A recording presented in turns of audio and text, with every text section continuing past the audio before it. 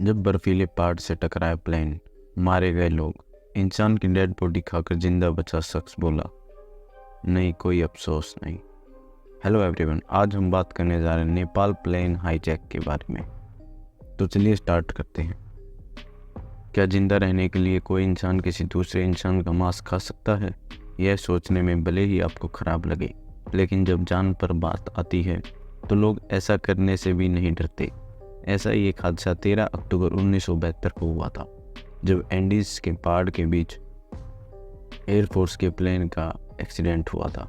उस दौरान हादसे में जिंदा बचे लोगों ने उन बर्फीले पहाड़ियों में 72 दिन तक बिना भोजन के रहना पड़ा।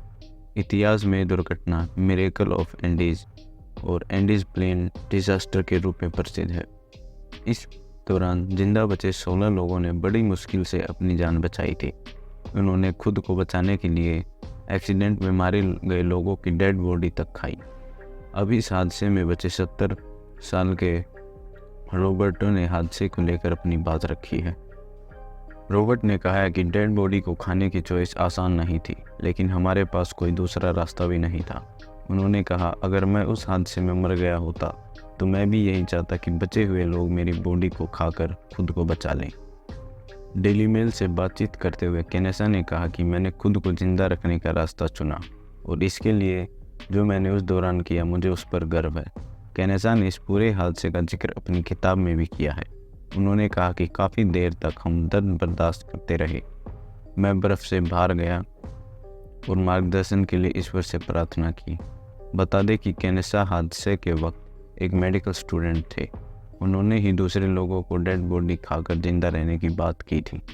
केनेसा ने आगे बताया कि इंसान का मांस खाने की बात बिल्कुल भयानक थी। इससे पहले द टाइम्स से बातचीत करते हुए एक अन्य सर्वाइवर रेमन ने कहा था कि उसे मुंह में डालना बहुत मुश्किल था, लेकिन मजबूरी में हमने वो किया। उरुग्वे एयरफोर्स का प्लेन 1972 में, यानी 52 साल पहले, रग्बी टीम के खिलाड़ियों व अधिकारियों के साथ उनके परिवार व मित्रों को लेकर एंडीज पर्वत के ऊपर से गुजर रहा था। प्लेन में कुल 45 लोग सवार थे। प्लेन के उड़ान भरने से कुछ देर बाद मौसम खराब होने लगा।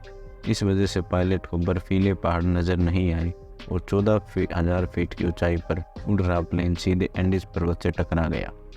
इस हादसे के बाद फ्लाइट के ज़्यादातर लोगों की मौत हो गई थी। सिर्फ 27 लोग जिंदा बचे थे। हालांकि जिंदा बचे लोगों को भी बचने की कोई उम्मीद नहीं दिख रही थी। ऐसे में रग्बी टीम के 2 खिलाड़ियों नंदो और रॉबर्ट ने हार नहीं मानी। जिंदा रहने के लिए इसी जुनून की वजह उन्होंने न सिर्फ खुद को बचाया, बल्कि 14 अन्य लोगों को भी बचाने में सफलता हासिल की। प्लेन के एंडीज से टकराने की सूचना मिलते ही उरुग्वे सरकार तुरंत एक्टिव हो गई और उन्हें बचाने के लिए रेस्क्यू ऑपरेशन शुरू कर दिया गया। हालांकि प्लेन का रंग सफ़ेद था, ऐसे में उसे बर्फीले पहाड़ों में ढूंढना बेहद मुश्किल था। 11 दिनों तक रेस्क्यू ऑपरेशन चला, लेकिन कोई सुराग नहीं मिला तो उसे बंद कर दिया गया।